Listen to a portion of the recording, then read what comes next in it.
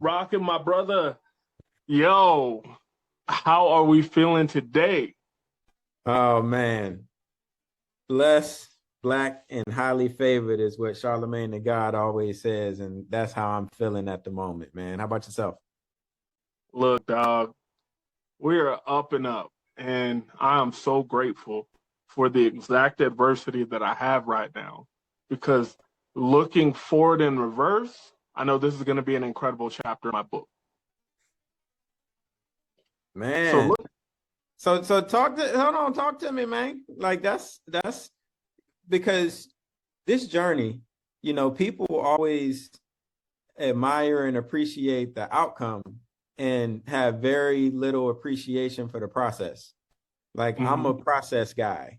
So like I care, I want to hear about and there's value in us sharing the the process, the pieces of the process that people oftentimes don't appreciate because they're just focused on the outcome. Like they see what someone else has Mhm. produced and they say, man, like that's what I want. And it's like, well, but do you want what I had to go through to get here?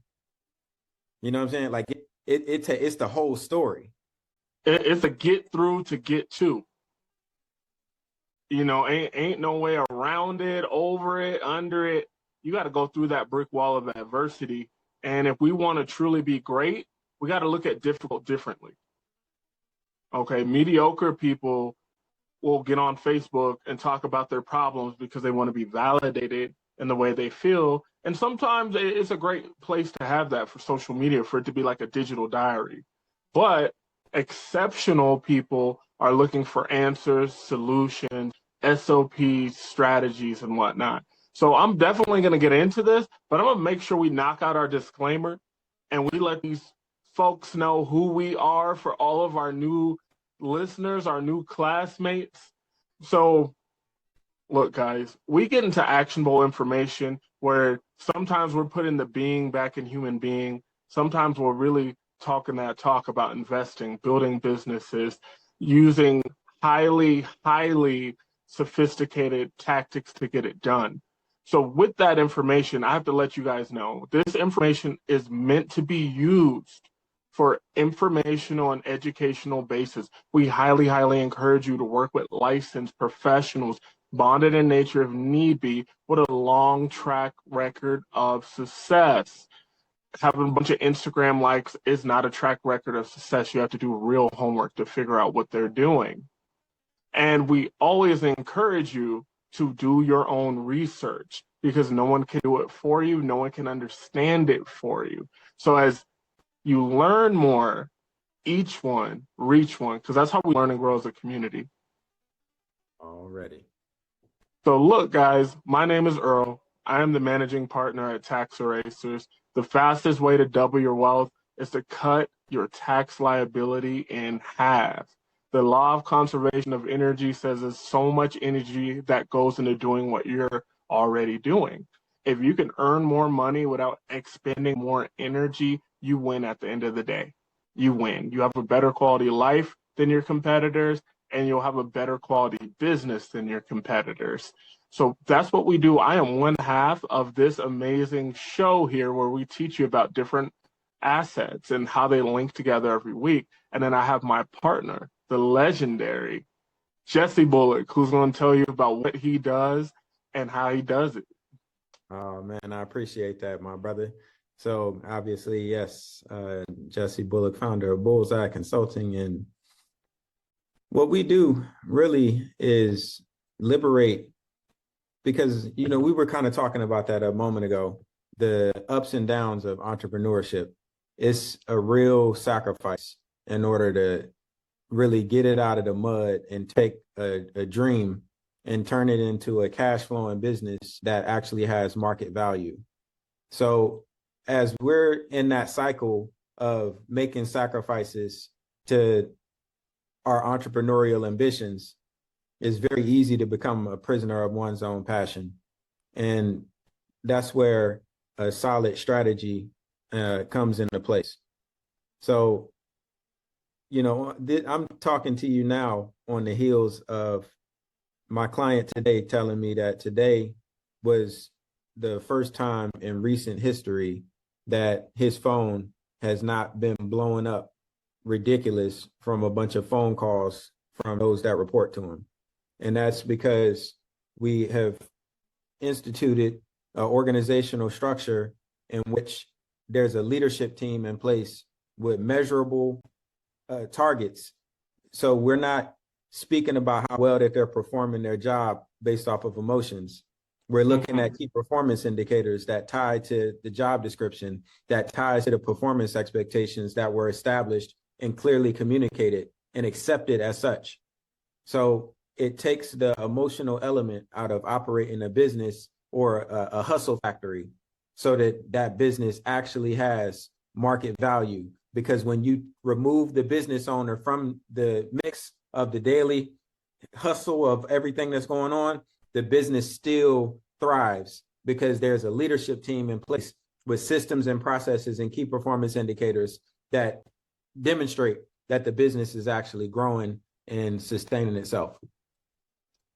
So, yeah, but moving back So to you, you're saying that, you know, these finance guys, they like to say we're moving the KPIs and such with the SOPs to get some. You're saying that you're talking to business owners and their employees, and you are looking at their business holistically, and you are making it run in a more efficient way with better communication and better structure to not only increase the value of the business, but to increase the free time and quality of life of the business owner at the same time? See, man, and this is why our joint venture, you know, our partnership with Freedom Media Group and what we're doing over on the Authority Hour are so vitally important, because you just took what I did, what I said, which was a whole bunch of word salad, and like simplified, like concise, straight to the point. Yes, that is exactly the way to describe what it is that I do. And I recognize that that's not a strong suit of mine, which in part is why we do what we do here on the platforms that we're building, because what continues to demonstrate what it is that I do is just constant. I'm talking about it, and it's going to go out through a content strategy, because I'm not as concise as you are, my brother. But you, yeah, you got that. You got that, brother. Appreciate that. Appreciate that. I But no, appreciate you because you are doing things at such a high level, the way that you're pulling the levers. I got to be on my P's and Q's to even understand. Like, you've taught me so much over the last year or so, and things that I instill in my business. And then I start talking to people, and they're like, "Are you a business coach?" And I'm like, "Dang, he really rubbed off on me, man." So I appreciate you for that. And my thing, anytime I learn a new concept, I always kick it back in my own words to make sure that when I kick it back to you in my own little Earl twang and Earlisms, that you say, yes, that's what it is. And right. from the repeated process of doing that habitually over the years, to take grandiose concepts into a way where not only do I understand it, but I have the comprehension level of it to be able to teach someone. Not maybe not at a master level like Jesse doing this. I'm not a business coach. However, I could give people key pieces of information where they go, wow, that makes sense, where it's actionable. They could start moving and grooving. And then once they do that, they're like, what's the next step? The next step is booking a consultation with Bullseye Consulting. That's Yeah. what the next step is. I ain't got no more for you, okay? Yeah. No, but I think that at the core of what you and I are talking about right now is recognizing one's own strengths, weaknesses, opportunities, and threats to their own, you know, ability to survive or thrive. And for me, I'm self-aware enough to know what my weaknesses are. And it's in that recognition that I kind of structure the way that I move accordingly, because it's certain things that they're going to change over time, but it's going to take a while, because I've been who I am for, 41 years. So that that pivot where my concise messaging just comes, just like it is not something that I've focused on a lot, because what I do is not simple. It's a lot to it. So for me, it's like I'm gonna have my social media that's doing a lot of the work for me. So it's like by the time that I'm talking to you, we don't have to go through all of the small talk or any of those things. Like we can kind of get straight to it, because the social media has done its job of nurturing that lead into, a qualified, actually qualified them rather. And it's multiple ways to skin this cat. And I think about it from the perspective of, I'm going to have people in place doing certain things that ensures that engine keeps roaring, so that I can focus on doing the things that actually bring like peace and joy and like purpose to, like, it fuels my passion. Like what I do, the actual work itself is what I love, and focus on being the best at it. And the other things, it's like putting strategies in place so that those things don't fall off the plate, but I don't have to like drastically change who I am. You know what I mean? Like it's just a weakness of mine that I'm cool with, and I'll outsource it. No, that's powerful. I think one of my big goals this year was to speak in a why, how, what matter when I'm asked to be on different platforms, talk about taxes, talk about finances, talk about life insurance, talk about trust, do a lot of trust seminars, because people have no idea how they should be operating. And I've seen a gigantic shift in the value that people receive from me, because it gets past that barrier. A lot of times when we think about ego, we think about it overly elevating ourselves and being in an arrogance or a cockiness. But your ego wants to keep you homeostatic. It wants to keep you at a certain level. And that can be down while you're raising up, because it is safer for you to stay down where you're at instead of venturing out of the cave. And I say that to say, using Simon Sinek really outlaid the why, how, what platform for me when he had his TEDx around, I think it was 2013. And it's, instead of speaking in the opposite order, which most people do. So, hey, if I'm selling you a TiVo, look, this is a TiVo. It has remarkable technology.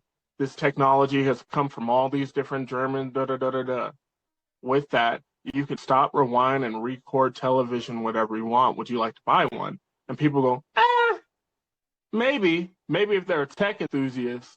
Now, if we change that order around and say, you are one of the hardest working people that we know.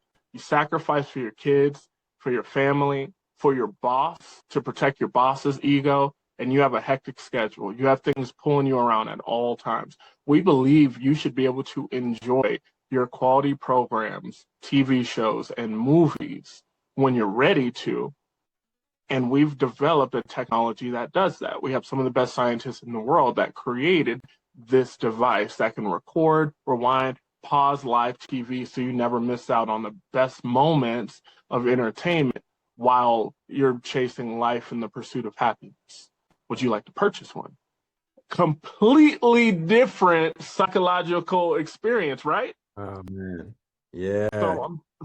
So I'm doing the same thing in my brand, where it used to be getting right into it. Hey, if you just have a CPA, you're probably missing out on all these deductions and credits, because they're only deduction based, because they're working in silos, because and I'm just going, and it's like, if they get it, awesome. If they don't, they don't.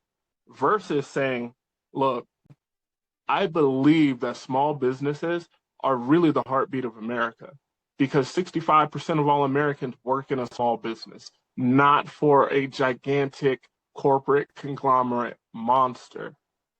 Being the way the system works right now, 93% of those business owners overpay on taxes. And I'm talking about the ones that already have a CPA. And you're asking me, why is that? Well, when is the last time your CPA brought you a new idea to make money and save money on taxes? How well do they understand your business goals, your personal goals, and your investment and legacy goals? If you just answered, I bring them the ideas, if you just answered, they have no idea how any of those goals work, you have just found the silos that are creating your overpaying of taxes, giving Uncle Sam a tip instead of building your own legacy off the back of the IRS. So that's what we do. We make sure you have a holistic approach to all of your finances where every department's talking to each other. Now, $1 can do the work of four. And that is not only how you get ahead, but that's how the next two generations get ahead based on the work we're doing right now. And they're like, wow, I get it. How can I book a consultation? I don't get what's the price. I don't get how many programs do you have. I don't get, some weird question about some weird tax strategy. They go, wow, that sounds phenomenal. How do I get an appointment? Right now, this month, discovery calls are free. It's 15 minutes. We're going to go through and figure out where your greatest opportunities are. And then from there, because we do everything with teams, we're going to pick the team most appropriate for your tax, financial, or estate planning issue and work from there. Right. Are you feeling? But how long? Because what I hear in all of that was there was intentional investment into increasing the value of your own time and based on what you provide to the ecosystem. Like that was an intentional investment. You didn't just stumble into being able to articulate the value so concisely. That was again an investment. So how long from the time that you recognized that you needed to have an evolved strategy to how you communicate that value to get into the space of it just kind of rolling off of your tongue the way that it does now? That is a phenomenal question. So I would say conceptually, it took me 3 or 4 years to understand how valuable this kind of tax planning would be to add on to working with business coaches, working with fractional CFOs, working with estate attorneys, CPAs, and real estate professionals. So the actual understanding of the business took about 4 years to really, really get. Now, the communication piece of that, I would say it probably took 2 years because I don't know if anyone else does this, but when you learn something new, you really want to keep going and going and going until you get to the bottom of that knowledge well. And then you get excited about it and you want to tell somebody because each one, reach one, teach one. That's how we learn and grow as a community. So that puts me in a space where I'm like, oh, I learned all this and I'm just going. And then immediately I'm like, well, I just can't tell them the simple thing. I got to tell them the complicated stuff. I got to tell them the craziest outcomes of it. And then we have this person that's overstimulated and undermotivated because the confused mind does nothing. So it's normally a conversation with myself where I go, why did I do that? Why did I go mad scientist on the person when you could always start off simple and you can just elevate the conversation up? And it's funny because the tax planning space is something that's newer to me versus the, financial planning space. That's something that I learned very quickly that if I just start off simple, hey, there could be some opportunities to be able to save you some money and make you some money. Sometimes it's the same strategy. So I could save you money and make you money at the same time. How does that sound? Sounds good. Great. What if I could also protect that money from downside in the stock market? So save you money, make you money, protect you from the stock market volatility. That sounds phenomenal. Great. Let's set up a meeting. And then when I'm explaining the different concepts, whether it's trust, whether it's investment grade insurance, whether it's whatever vehicle and tool we're talking about, I always come in simple. And then if the person knows, then we can just elevate and we can go up more and more and more. Every once in a while, I'll get someone who used to be a trader on Wall Street and they want to test my gangster. I'm like going through the thing. And they're like, well, I've always been an option trader. So what's up with that? And I'm like, well, this strategy is using dynamic hedging, which is an in-house relational purchase of the options, which is going to supersede out case. And they're just like, you see my eyes get big. They're like, yeah. Totally makes sense. Totally makes sense. Then they don't have any more monkey ass questions for me. They hit that button one time, put them glasses on. So my brother, one thing that I want to ask you about, because I know you're working incredibly hard and you're working all these different hours in different cities because you're currently in Michigan, right? Yep. Grand Rapids. Grand Rapids, Michigan. Have you had the opportunity to see what's going on some of these carrier ships and the morale of airmen, naval folks, Army, and different military force that are on these carriers? So historically, those naval ships have gotten serviced out of Bahrain.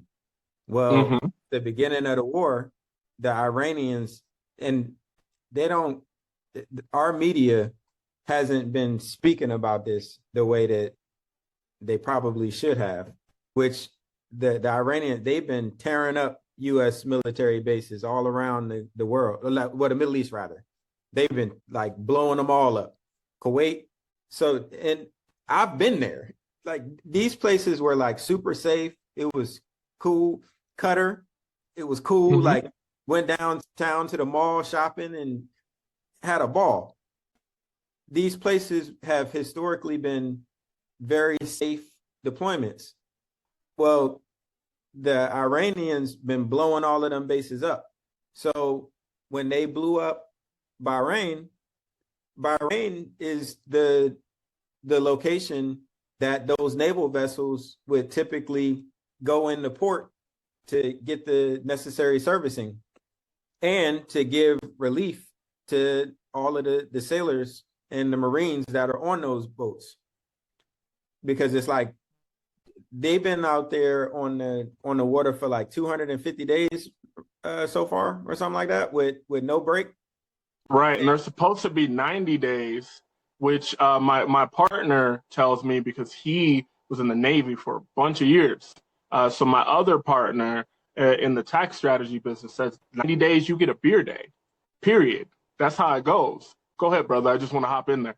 Yeah, no, and they've done the psychological studying on this, where it's like when you're in those close quarters, because people don't understand the living conditions that the naval folks commit themselves to. Like it's like very close, tight quarters, not a lot of space at all. And to go like to be able to endure that, there's only so long that someone can like do that without it starting to have like true psychological effects on them as a human being. So to go from, which I didn't know that it was 90 days, but I know that it damn sure ain't 250. So to go to that like range of imbalance is absolutely absurd, but it speaks to the lack of planning going into this entire thing. Because the second that the Iranians were attacked, they started attacking back. And all of those bases that, you just kind of take them for granted. Like those are the unsung heroes, those bases. When I was going through Kuwait, I was transitioning into Iraq or Afghanistan. So it was like it was a hub. And Qatar, they had the Combined Air Operations Center, which they pretty much oversee all of the air operations in the theater of battle. So like very high level responsibilities that were going there, but like chill, you know what I mean? Like no threat, just but vital missions. And Right. now those bases are like completely gone, and you see the ripple effect in the form of the ships not being able to port anywhere. So they've been working out of like porting out of Diego Garcia, but Diego Garcia is significantly far, like very far away from where they're stationed to maintain that blockade. So it's the thing that's really interesting to about all of this, and Mm-hmm. we really need to be paying attention as citizens. You know, we was talking. I know I would be going off on my little mini rants on this in prior episodes, and I'm not going to do that this time. But this stuff is really impactful to the global economy. The reason that we've been able to enjoy such cheap goods is because we've been the United States has been like the guardian and the bully of the world, in the sense of by having control of, you know, land, sea, air, when it comes to from a military perspective, it kept other countries in check, and it established it like a hierarchy of how things move, how things happen in the world. And the United States has been at the top of that for a very long time. Well, now that these countries can no longer rely on the United States to protect them, that changes how the world operates. It creates new alignments. It's a lot that happens, like from a global economic perspective, that's gonna have impacts on us that are long standing. You know what I mean? Because again, having the global like superpower title and, you know, protecting land, sea, air, and all of that, it has driven our prices to be low. You know, and having the world currency, having the reserve currency rather, and all of these different the petrodollar, having all of this leverage came from the never tested just understanding that you don't want to fuck with the United States. Well, now the Iranians have poked the United States right in the eyes, and the world is watching the United States kind of stumble around and figure it out. But as the United States is stumbling around and figuring it out, the rest of the world is figuring it out too, because they like, yo, I thought that they could protect us. They don't even give a damn about us, and they can't protect us anyway. So we got to go figure out how to make, you know, how to protect ourselves. So do we need to go build relationships with China? Do we need to go build relationships with India?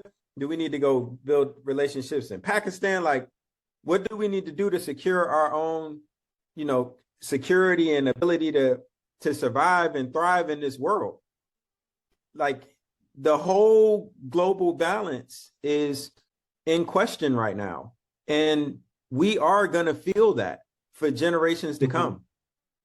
I really like what you said when you threw out, we've been the guardian and the bully, because that is a great way to look at our foreign domestic policy, where these alliances normally come through an act of survival.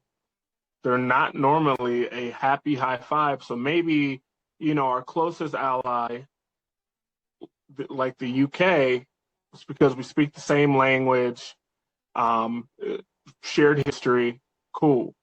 We used to have a phenomenal relationship with Canada, speak the same language, shared history, cool. However, if I'm looking and I'm in Omar, if I'm in Bahrain, if I'm in these different places, and I look at a leadership who right now is, you know, making fun of my nation, my faith, you know, they're not showing respect for all the dead that we have, for the children that were slaughtered, for the resources that were lost.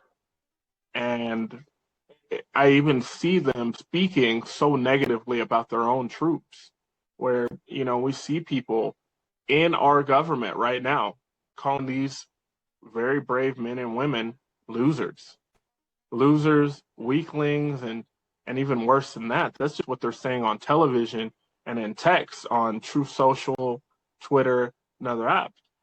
I would think that I would intentionally do whatever I could to not support that nation. I think it's a no-brainer. I'm a human. If I was in that situation, you know what I mean?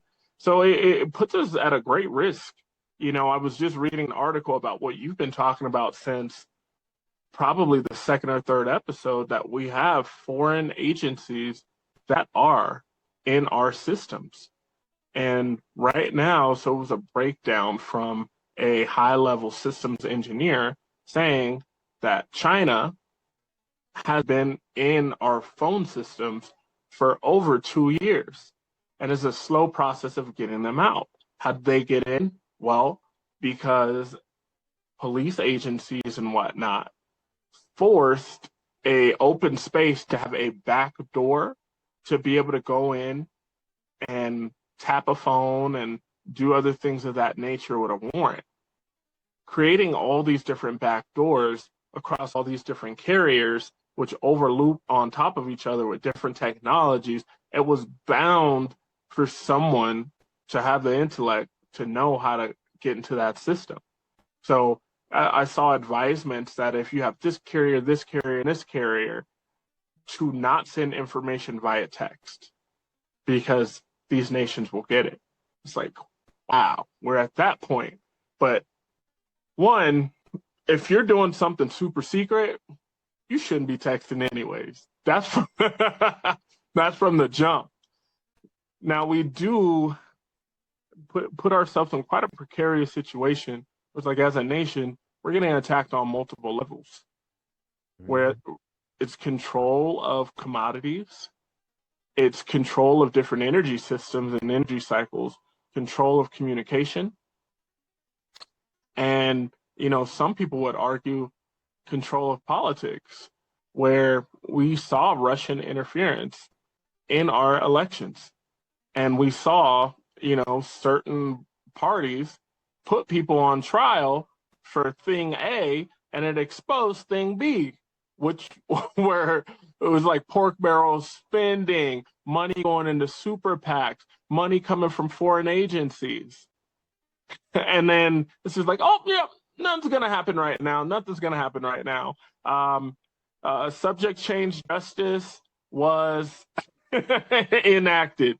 And it's all I could do is laugh, because it has to be the wackiest thing to experience in real time. So when we get on this podcast, it's never to scare you guys. It's never to be fear mongers. We got to talk about reality, because we both have eyes. And Jesse and I are both optimists. However, we're both realists. At the end of the day, the ish got to make some sense. And with that being said, we like to give you great information on what you can do in the short to protect yourself and to stay ready and to stay prepared when opportunities show. Now, one thing that is coinciding with all this stuff going on, and it looks like it may be one of the causes of the next great recession that we're supposed to have about 7 months from now, auto loans. We had greed combined with inflation, combined with rates increasing, all at the same time to make this monster right now. I looked it up, several different sites yesterday, several different credible sources, that almost 30% of people that have an SUV or a truck are behind on their payments. 30%. And it's scaling up towards 42%. And it was interesting to be able to look at the structure that some of these nations and entities have. So the deep dive has been on Ford, because Ford, they drastically shifted their pricing model along with Dodge, along with, a whole bunch of other manufacturers that had affordable cars. They stopped making $25,000 cars and they all started 38,000 and above. Why? Because coming out of COVID lockdown, when we had the flash crash, money was so cheap. It was 0.5% for banks to lend to each other. So that meant people were getting 2% rates on vehicles. Now, there was this variable. myth. Were this variable or fixed? So these are fixed. Okay. So these are fixed rates where, if you have stellar credit, you could have got a 2%. But if you didn't have stellar credit, still could have been paying 19%. So as time goes on and we see this hyperinflation hitting insurance, hitting, all these different goods that we need to live. So groceries, energy, water, it's really putting a strain on these vehicles. So people start shifting to used vehicles. So they hyperinflate used vehicles and you're like, dang, it's not even really that much of a savings. Now here's the part where it gets wicked. They kept these vehicle prices the same because most people don't care about the cost of a vehicle. They care about their monthly payment. And you and I speak on this all the time. There's a huge difference between value, cost, and price. Sometimes there's a point where there's intersection, right?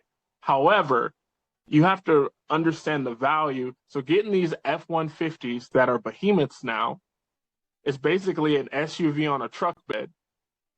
People are paying $1,000 per month before car insurance. The car insurance might be $400 per month. So they're paying almost $1,500 a month just to have this vehicle before fuel.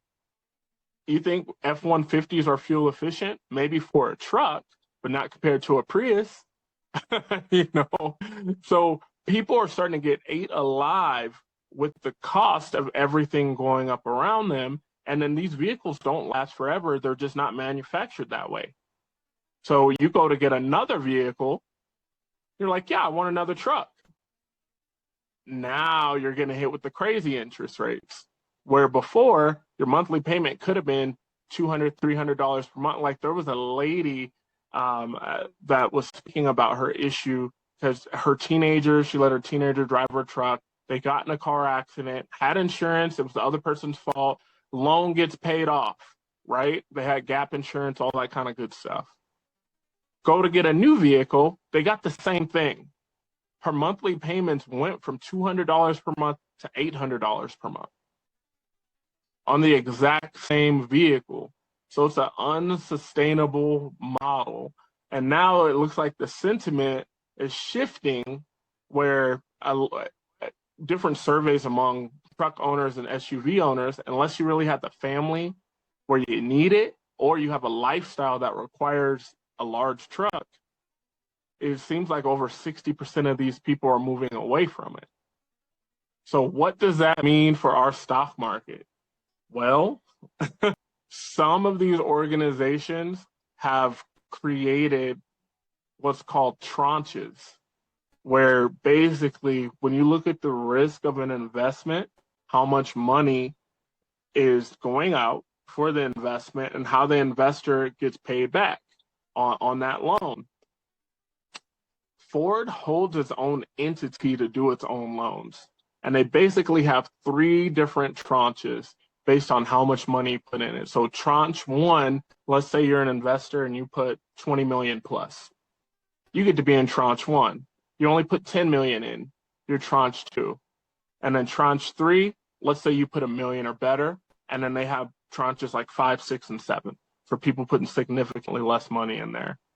They did the math and calculated that even if 42% of people completely stopped paying for these vehicles, tranches 1 through 3 would all get a return on their money and it would not harm them at all. And that the entire entity itself would still be profitable, even though that's a devastation of the nation. If we're talking about Ford is a gigantic company.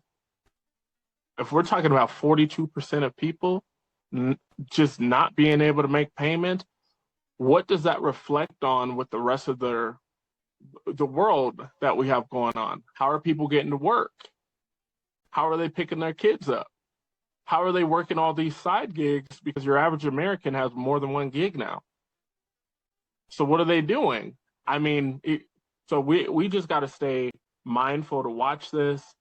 And if you're in a position where you are way overpaying, do anything you can to get out, whether it's a trade or you're able to sell that, get out of your lease. It's a way to sell your lease to people.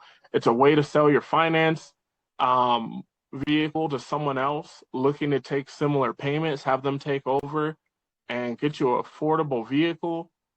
Because when we have this reset of the stock market, possibly the real estate market, possibly a whole bunch of different things, you're going to want to be ready to deploy your capital in ways that benefit your family for the next generation and the next generation and the next generation after that.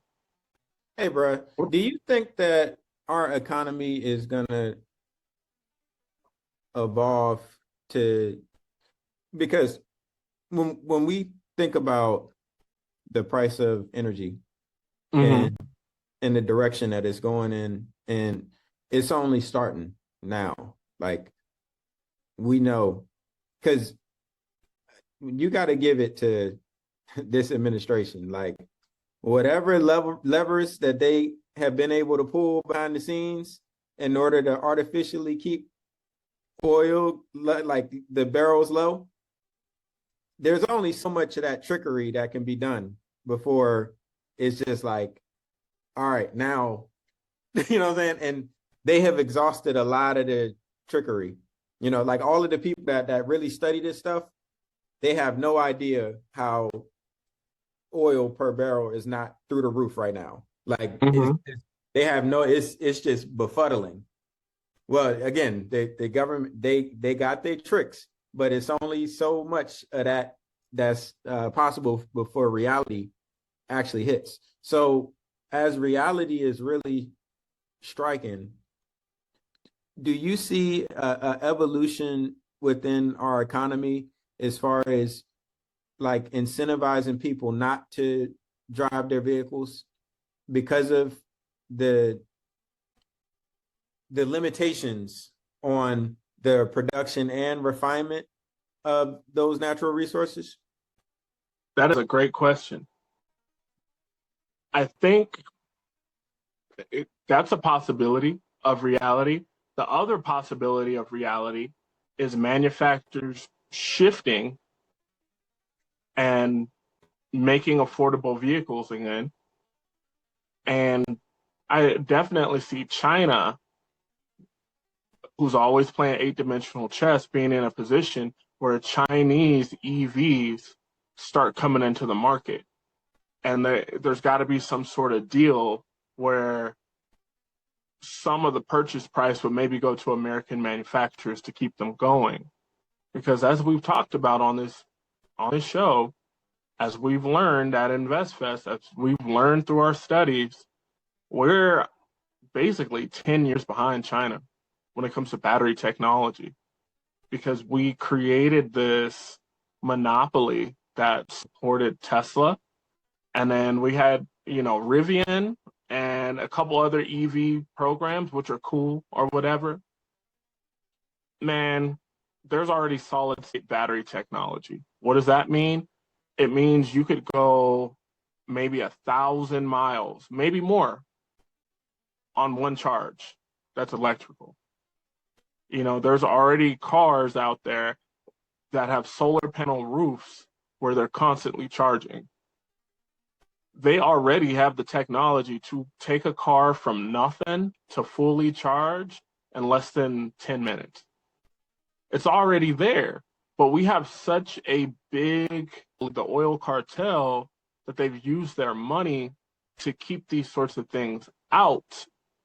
And now we're in a position where it almost gets forced in.